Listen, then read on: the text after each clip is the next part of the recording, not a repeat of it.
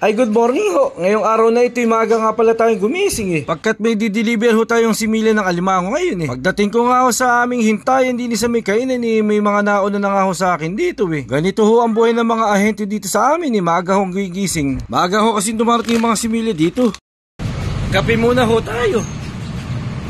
Dito na nga rin ho pala kami nagkakape sa tindahan na to. At maya nga ho ay dumating na nga similya ng alimango eh. Kadating nga ho ng similya ng alimango eh, agad ko itong dinala sa buyer eh. Akala nga ho nila eh, pizza delivery ito eh. Nakalagay lang ho kasi sa karton itong similya ng alimango. Ito nga pala ang deliver ko ngayon sa San Isidro Hagonoy eh. At nang makarating nga ako sa bahay ng buyer natin eh, pinagbubuksan ko na ho yung mga karton. Para ho makita nila yung size ng alimango. Eh may kagaspangan na nga ho itong langaw-langaw na ito eh. Ito nga ho pala yung mga kukuha ng mga similya ng alimango. Itong alimango na ito binibilang pa ho namin eh. Diyan lang ho ilalagay sa pinggan tapos may tingting. Saka ho bibilangin.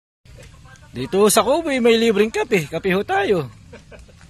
Ayan ang ating mga kasama. Kape muna bago magbilang ng alimango. Sa Kubo ho talaga na aking mga pinupuntahan eh, talagang may pakape eh. Ayan na nga ho at nagsimula na akong kumadlo ng alimango dyan sa plangga na gamit ng strainer. Ganito po ang pagbibilang ng similya ng alimango na langaw-langaw. Nakalagay ho ba sa pinggan tapos ginagamitan ho ng tingting pangkabig. Kaya makikita mo po yung buhay at saka patay na alimango. Atin naman pong binubukod yung mga patay. At yung buhay lamang po ang ating binibilang. Medyo may katagalan nga po itong pagbibilang nato eh. Bago nga ho matapos itong pagbibilang ng alimango eh, nagluto pa nga ho ng pansit si Nanay Rosie eh. Ito na rin ho ang aming inulam. Sarap laang po ng pansit ni Nanay Rosie. Nagpananghalian nga po si Nanay oh. Ito po pansit saka pansit po. Pampahaba ng buhay at pamparami ng buhay ng alimango. Yung isa nga ho palang kumuha ng similya ng alimango si Sir Espinola eh. Idol ko ho yan dati nung nasa serbisyo pa. Kami nga po yung sabay-sabay nang nagsikain eh. At may pahimagas nga po eh. Kain po. Bisala ang sarap lakatan. At natapos na nga po kami dito eh. Maraming salamat nga ho pala sa mga bossing namin kay Kahil, sa kaway dati nating idols na police. Ayan. Ayan si Sir Mando. Ayan, saka po si Katoto. Ayan, maraming salamat to. Galing laang.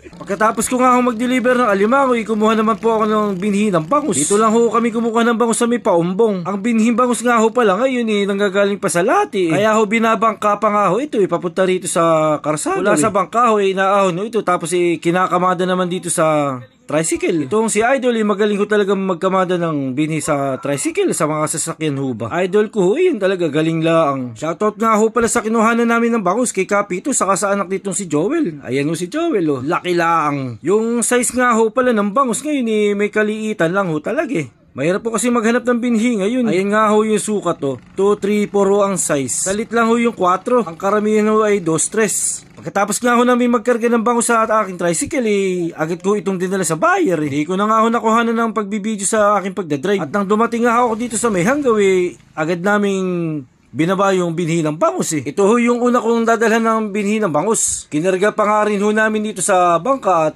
dadalhin pa ito doon sa medyo malayo eh. Ito nga ho palang kumuha ng binhi ng bangus si Papa Felix. At saka ho ito si Kuya JR. Swerte nga ho pala si Kuya JR sa paghuhulog ng mga similya kaya siya ang magbubuhos ngayon.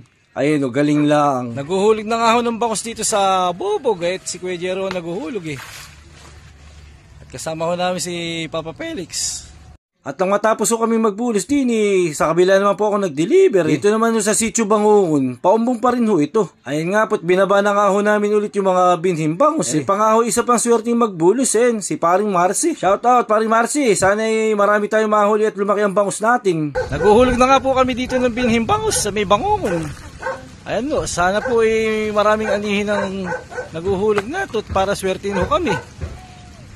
Isa mo lang kaway dyan bossing.